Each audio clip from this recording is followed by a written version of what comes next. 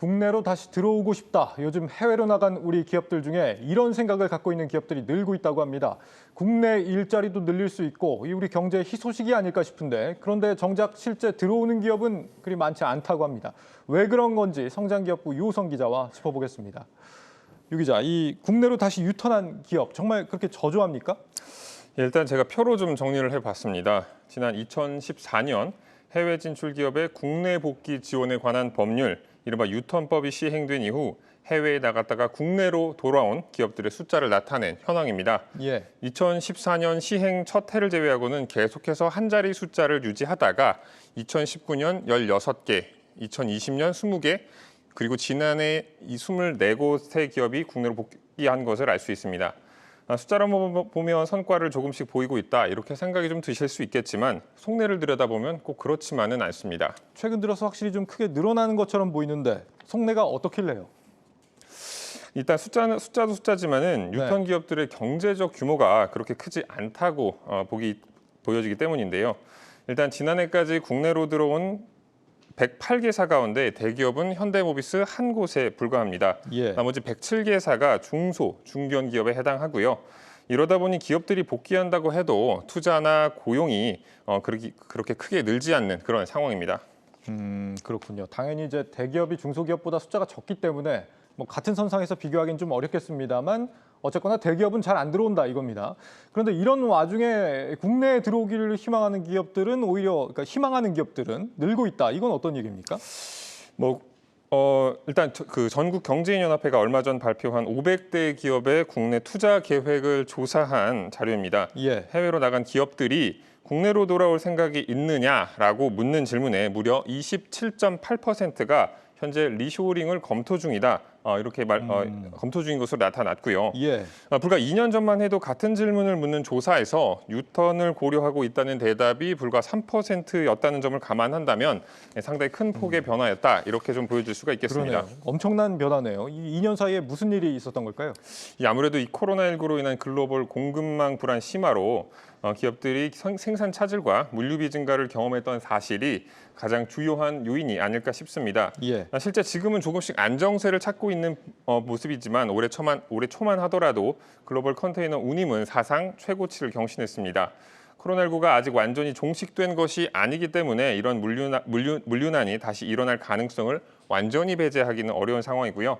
여기에 최근에 미중 갈등이라든가 우크라이나 사태 같은 대외 불확실성까지 높아지면서 생산 기지를 자국에 두는 것이 오히려 이득일 수 있겠다라는 판단을 기업들이 하고 있는 것으로 보입니다. 이 물류비와 지정학 리스크가 원인이다 이겁니다. 이런 태도 변화에도 불구하고 실제 들어오는 기업이 많지 않은 데에는 다 나름의 이유가 있다고 합니다. 저희 김수진 기자가 얼마 전 중국 사업을 접고 국내로 들어온 기업인을 직접 만나 사정을 들어봤습니다. 2차 전지 보호회로와 전기차용 배터리 모듈을 생산하는 기업 넥스콘 테크놀로지. 이곳은 작년 2월 리쇼어링 제도를 통해 중국 중경법인을 철수하고 충남 천안에 본사로 유턴한 국내 기업입니다. 경쟁력이 떨어지는 해외 공장을 정리해 안정적으로 경영을 이어가고 있습니다. 국내 또 다른 대형 배터리 업체와의 신규 비즈니스를 시작하게 되었습니다. 재작년 대비해서 작년에 매출액은 약 한 30% 정도 증가를 했습니다. 당연히 잘했다고 생각하고 이거는 유턴에는 충남도청 등 정부 지원도 한몫했습니다. 넥스콘 테크놀로지의 경우 신규 공장 설립 비용의 약 27%와 신규 채용 인원당 1년에 720만 원씩 총 2년 지원을 받기로 했습니다. 입지 보조금, 설비 투자 보조금에 본사를 함께 이전할 경우 설비 보조금 10% 추가 지원과 기업이 지역사회에 안착할 수 있도록 인허가 등 행정적 지원을 아끼지 않고 있습니다. 충남도는 매년 한 2개사 이상 예술형 기업을 유치하는 것을 목표로 삼고 있습니다. 현재 핸드폰 통신모듈 제조사 1개사와 유치를 위한 협의가 진행 중이라고 말합니다.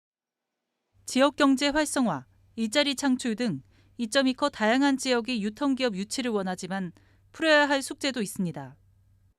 중국이나 베트남 등 해외 공장이 위치한 곳은 인건비가 대부분 저렴합니다. 국내는 상대적으로 인건비가 높은 만큼 리턴 기업의 스마트 공장화 지원에 대한 필요성도 있는 상황입니다. 기업 입장에서 보면 해외 공장을 접을 정도의 메릿이 없으면 해외 공장을 접기가 굉장히 어렵다. 중국이 우리나라의 임금의 3분의 1, 베트남의 한 6분의 1 되거든요. 커버하기 위해서는 자동화와 스마트 공장을 만들어서 효율적인 걸 해야 되는데 지금 그 부분을 좀 더 과감하게 많은 지원을 통해서 그것이 효과가 있지 그냥 단기적으로 뭐 지원 갖고는 굉장히 어렵다. 또한 유통기업은 공장 매각이나 세액부지 계약 등 다양한 절차를 거쳐야 하는데 관련 절차 간소화도 절실하다는 목소리가 나오고 있습니다. 한국경제TV 김수진입니다. 기업들은 일단 인건비 부담을 낮춰달라 이렇게 이야기를 하고 있는데 인건비를 실제 어떻게 낮출 수 있을지는 좀 난감한 부분이긴 합니다만 이것만 해결된다고 다 끝나는 것도 아니죠? 그렇습니다. 물론 단순히 인건비만 낮춘다고 해서 당장 기업들을 국내로 돌아오게 만들 수는 없습니다.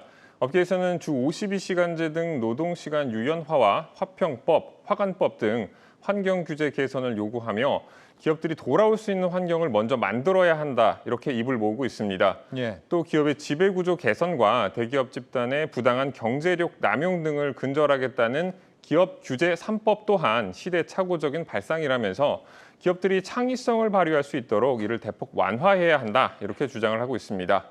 이처럼 기업 규제는 풀어주는 동시에 국내로 돌아오는 기업들에게 혜택을 주기 위해 만든 유턴법은 유턴 기업의 범위를 넓히는 등 손질이 필요하다는 목소리도 나오고 있는데요.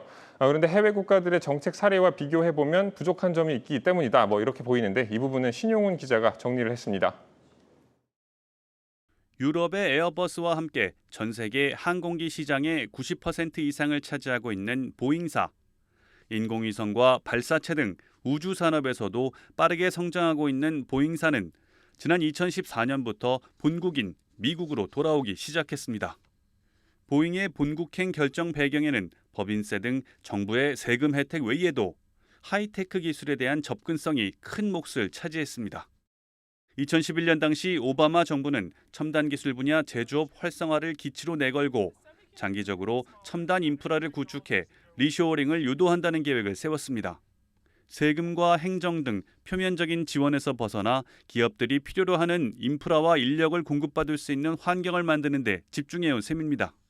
그 결과 유턴 기업들은 생산 공정의 사물 인터넷과 3D 프린팅 기술, 인공지능 등을 보다 쉽게 결합할 수 있었고 해외 공장을 돌리는 것보다 생산비를 줄이는 효과를 거둘 수 있었습니다.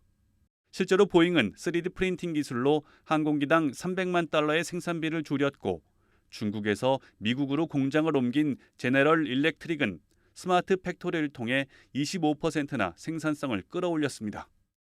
이 밖에 미국은 특허 신속 처리 지원을 위한 법과 인프라 개선에 자금을 지원하는 육상 운송 개혁법, 양질의 노동 인력 교육을 위한 미국 노동법과 현장 훈련법을 잇따라 제정하는 등 리쇼어링 정책을 강화하고 있습니다. 유럽의 리쇼어링 정책은 일자리 창출보다 산업 혁신에 초점이 맞춰져 있습니다. 정부가 주도해 자국 내 산업의 자동화와 혁신 기술 개발을 추진하고 기업들이 이들 선진 기술을 활용하도록 유도하는 쪽으로 정책 방향을 설정한 겁니다. 그 결과 독일의 지멘스는 2017년 덴마크의 풍력 터빈 공장을 쿡스하펜으로 이전하면서 디지털 제어 시스템과 산업용 로봇을 도입했고 아디다스 역시 2016년 독일로 이전하면서 3D 프린팅과 지능형 로봇을 도입해 10명의 직원으로 50만 켤레의 운동화를 생산할 수 있게 됐습니다. 정부가 장기적으로 구축해온 첨단 기술 인프라를 기반으로 높은 인건비를 상쇄하는 생산 효율을 일군 셈입니다. 그렇다면 우리나라의 유턴 정책은 어떨까? 정부 지원을 받기 위해서는 업종이 제조업이나 지식서비스업이어야 하고 외국인 투자 받은 지 10년 이상, 리턴 전 해외 생산량 의무적 축소 등 까다로운 요건을 채워야 합니다. 노동시장의 유연성, 그리고 규제 개선, 법인세나 세제 혜택, 그리고 R&D 지원 등과 같은 인센티브 제공이나 기업 환경 측면에서의 개선이 필요하다고 보고 있습니다. 특히 양질의 외국인 투자 유치를 위해서는 현행 투자 금액 중심의 필요한 인센티브를 고용 창출이나 혁신성이 높은 국민경제 기여가 높은 투자에 대해서 지원을 확충하는 방향으로 막상 지원 대상으로 선정되더라도 같은 업종을 계속해서 유지해야 하고 유턴 시 제출한 사업 계획대로 경영을 하지 않으면 지원금은 환수됩니다. 경영의 유연성을 발휘하기 힘든 요건들, 사업 방식을 개선하기 힘든 규제 방식이 리턴 기업들의 발목을 잡고 있습니다. 한국경제TV 신용훈입니다. 윤석열 당선자가 기업 규제 혁파를 강조하고 있으니까 앞으로 이런 부분 좀 많이 완화가 되지 않을까요? 예, 윤석열 대통령 당선자도 리쇼어링 촉진을 위한 정부 지원 확대를 공약으로 내세웠었죠. 네. 윤 당선자는 유턴 기업 세액 감면 적용 사례가 미미하다는 지적을 수용해 이를 늘리기 위한 방편으로 국외 사업장 양도 및 폐쇄 이후 2년이었던 세액 감면 요건을 3년으로 완화하겠다라고 밝힌 바 있습니다. 전문가들도 기업 유턴에 대한 수요가 높아지고 있는 현 상황에 친시장 정부가 들어서고 있는 만큼 현재 과잉 처벌에 방점을 두고 있는 중대재해처벌법을 기업 활동을 저해하는 핵심 규제로 규정하고 폐지해야 한다라는 목소리를 높이고 있습니다. 관련해서 전문가 이야기 한번 들어보시죠. 중대재해법이 이렇게 강하게 추진이 되다 보면 국내 기업 활동도 안 할 뿐만 아니라 국내 기업 활동을 하는 기업들조차도 건강검진을 강화한다든가 뭐 이래서 취약계층을 안 뽑는 게 훨씬 더 유리하거든요. 와서 혹시나 사고가 당하게 되면 그걸 책임을 져야 되는 상황이 되다 보니까 일자리에도 상당히 부정적인 영향을 주고 그래서 중대재해법 같은 경우는 차기 정부에서 좀 폐지를 했으면 하는 겁니다. 네, 오늘 분석 유튜브 제목과 해시태그 어떻게 정리해 볼까요? 예, 뭐 한 줄 평은 높아진 기업 경영 리스크 고향에서 해결하자 이렇게 좀 볼 수가 있을 것 같고요. 예. 해시태그는 비용 절감보다 안정, 규제보다 당근, 돌아와요 고향에 이렇게 정해봤습니다. 알겠습니다. 성장기업부 유호성 기자였습니다.